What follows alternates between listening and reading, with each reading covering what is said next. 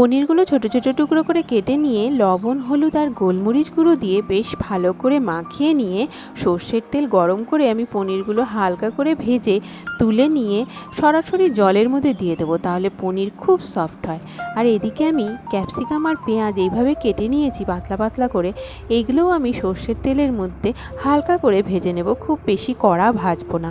ভেজে এগুলোকে তুলে রেখে আমি তেল আর একটুখানি তেল দিয়ে নিয়ে জিরে, তেজপাতা আর গোটা গরম মশলা ফোড়ন দিয়ে আলুগুলো লবণ হলুদ দিয়ে হালকা করে ভেজে নেব।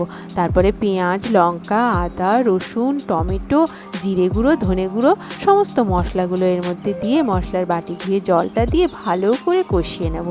কষানো হয়ে গেলে তারপরে আমি একদম ফুটন্ত গরম জলের মধ্যে দিয়ে দেবো আর পনিরগুলোও দিয়ে দেবো। কিছুক্ষণ ফুটিয়ে নেওয়ার পরে একটু ঘন হয়ে আসলে আমি এইখানে পেঁয়াজ আর ক্যাপসিকামগুলো দিয়ে আর কিছুক্ষণ ফুটিয়ে নেব। আমার ক্যাপসিকাম দিয়ে